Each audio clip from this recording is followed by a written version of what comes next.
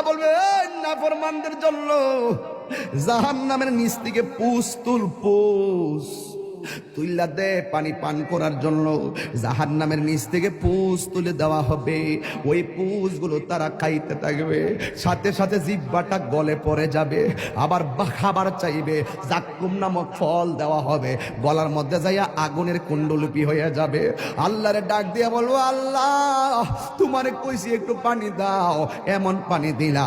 আবার কিছু বান্দা বলবে, আল্লাহ আমার আরো পানি দাও। আল্লাহ বলবে, এই বান্দাগুলারে ওই পানিটা পান করাইয়া দে, যে এই পানি এক ফোঁটা পান করলে জীবনেও আর পানি তৃষ্ণা লাগবে না। এবার তাদেরকে হাউজে কাউসারে পানি পান করানো হবে।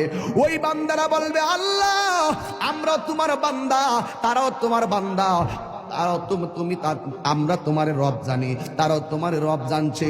আল্লাহ আমরা পাইলাম জাহান্নামের পুজোরে পানি, ওরা কেন পাইলো হাউজে কাউসারের পানি?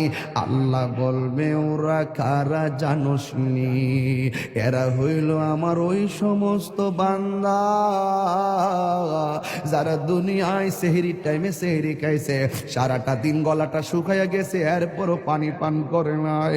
দুপুর বেলা পেটের ক্ষুধা চৌচির হইয়া গেছি, এরপর পানি পান করে নাই, ভাত খায় না। এরা হলো আমার রোজাদার বান্দা, এরা আমার সন্তুষ্টির জন্য খাবার বিলাইয়া দিছে, এরপরও খাবার খায় নাই।